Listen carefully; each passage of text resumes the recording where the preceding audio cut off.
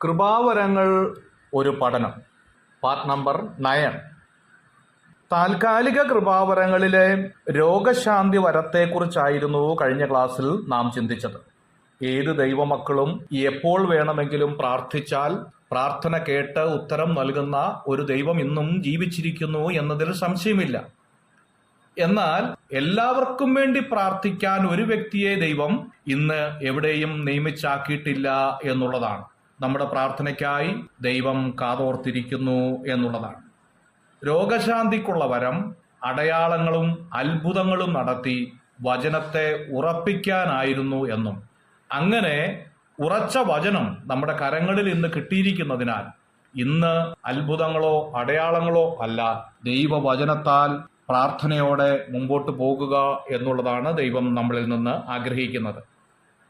1-ാം നൂറ്റാണ്ടിലുള്ളതുപോലെ രോഗസൗഖ്യം ഇന്നില്ല എന്നുള്ളത് തിരുവെഴുത്ത് പഠിപ്പിക്കുന്നതായ ഒരു സത്യമാണ്.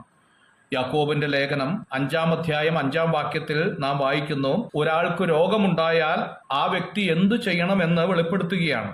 അദ്ദേഹം സഭയിലെ മൂപ്പന്മാരെ വിളിച്ച് കാര്യങ്ങൾ പറയണം, അതിനുശേഷം എണ്ണ പൂശി പ്രാർത്ഥിക്കണം എന്ന് എഴുതിയിരിക്കുന്നു. അപ്പോൾ എണ്ണ പൂശുക, പ്രാർത്ഥിക്കുക എന്ന 2 ഘടകങ്ങൾ അവിടെ കാണുന്നുണ്ട്.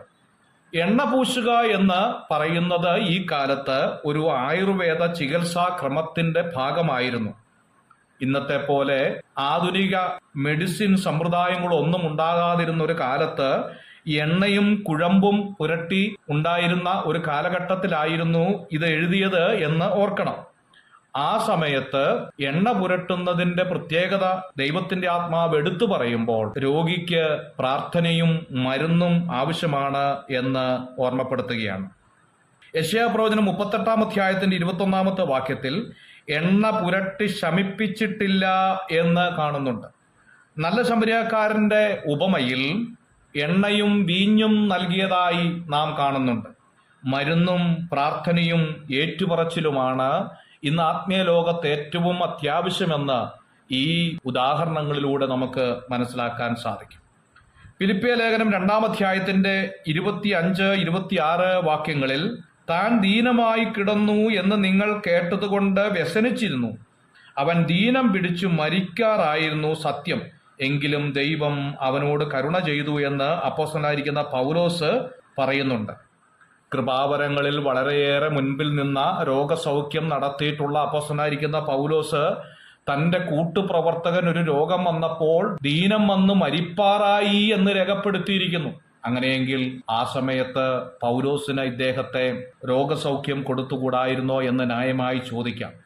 അങ്ങനെയെങ്കിൽ ഇതിന്റെ ഒരു ഉത്തരം അവസാന നാളുകളിൽ വരുമ്പോൾ പൗലോസിന് പോലും രോഗശാന്തി വരം ഇല്ലായിരുന്നു എന്ന് മനസ്സിലാക്കാം. 2 തിമോഥെയോസ് 4-ാം അധ്യായത്തിന്റെ 20-ാം വാക്യത്തിലേക്ക് വരുമ്പോൾ ത്രോഫിമോസിനെ ഞാൻ മിലോത്തിൽ രോഗിയായി വിട്ടേച്ചു പോയിരുന്നു എന്ന് പൗലോസ് ഓർപ്പിക്കുകയാണ്. വളരെ ശ്രദ്ധിക്കണം, കൂട്ടുപ്രവർത്തകനാണ്. തനിക്ക് രോഗം വന്നപ്പോൾ രോഗശാന്തി വരമുള്ള പൗലോസിന് ഈ കൂട്ടുപ്രവർത്തകന് വേണ്ടി പ്രാർത്ഥിച്ചാൽ രോഗസൗഖ്യം കിട്ടുമല്ലോ. എന്നാൽ ഈ കാലത്ത് ഈ കൃപാവരം നിന്നുപോയി എന്നതിന്റെ സൂചനയാണ് കൂട്ടുപ്രവർത്തകന് വേണ്ടി പ്രാർത്ഥിക്കാൻ നിൽക്കാതെ അദ്ദേഹത്തെ രോഗിയായി മിലാത്തോയിൽ വിട്ടേച്ചു പോന്നു എന്ന് എഴുതിയിരിക്കുന്നത്. ഇന്ന് നാം കാണുന്ന രോഗശാന്തി വരങ്ങൾ എന്ന് പറഞ്ഞ് കാണിക്കുന്ന അനേക പ്രകടനങ്ങൾ ആത്മീയ ലോകത്തെ കച്ചവടമാക്കി മാറ്റാൻ വേണ്ടി മാത്രമാണ്. ലാഭക്കൊതി കൊണ്ട് ദൈവജനത്തെ വഞ്ചിക്കുന്ന പ്രവൃത്തിയാണ് രോഗശാന്തി വരം എന്ന പേരിൽ ആത്മീയ ലോകത്ത് ഇന്ന് കാണിച്ചുകൊണ്ടിരിക്കുന്നത്. അതുകൊണ്ട് ദൈവജനം വളരെ പ്രാർത്ഥിക്കേണ്ടത് ആവശ്യമാണ്. ഒരിക്കൽ കൂടി ആവർത്തിക്കാൻ ആഗ്രഹിക്കുന്നു, പ്രാർത്ഥിച്ചാൽ ദൈവം കേൾക്കും എന്നതിൽ സംശയമില്ല. എന്നാൽ രോഗശാന്തി വരമുള്ള ഒരു വ്യക്തി എന്ന് പറഞ്ഞ ഒരാൾ നിങ്ങളുടെ അടുക്കൽ എത്തിയാൽ തീർച്ചയായും സൂക്ഷിക്കണം എന്നുള്ളത് ഓർക്കുകയാണ്. കാരണം ദൈവത്തിന് മുഖപക്ഷമില്ല. സഭയായി നമുക്ക് പ്രാർത്ഥിക്കാം, വ്യക്തികളായി നമുക്ക് പരസ്പരം പ്രാർത്ഥനകൾ പങ്കിട്ട് പ്രാർത്ഥിക്കാം. ആ പ്രാർത്ഥനയൊക്കെ ദൈവം ശ്രദ്ധിക്കുന്നവനാണ്. എന്നാൽ എല്ലാ പ്രാർത്ഥനകളും ഉടമ്പടിയെടുത്ത് ചെയ്യുന്ന ചില വീരന്മാർ ആത്മീയ ലോകത്തിന്നുണ്ട്. അവരെ നാം വളരെ അകറ്റി നിർത്തി സൂക്ഷ്മതയോടെ നിരീക്ഷിക്കണം എന്നുള്ളത് ഓർത്തിരിക്കണം. ഇത്തരക്കാർ ആത്മീയ ലോകത്തെ കച്ചവട ചരക്കാക്കി മാറ്റുന്നു എന്ന് ദുഃഖത്തോടെ നാം ഓർത്തിരിക്കേണ്ട ഒരു കാര്യമാണ്. God bless you.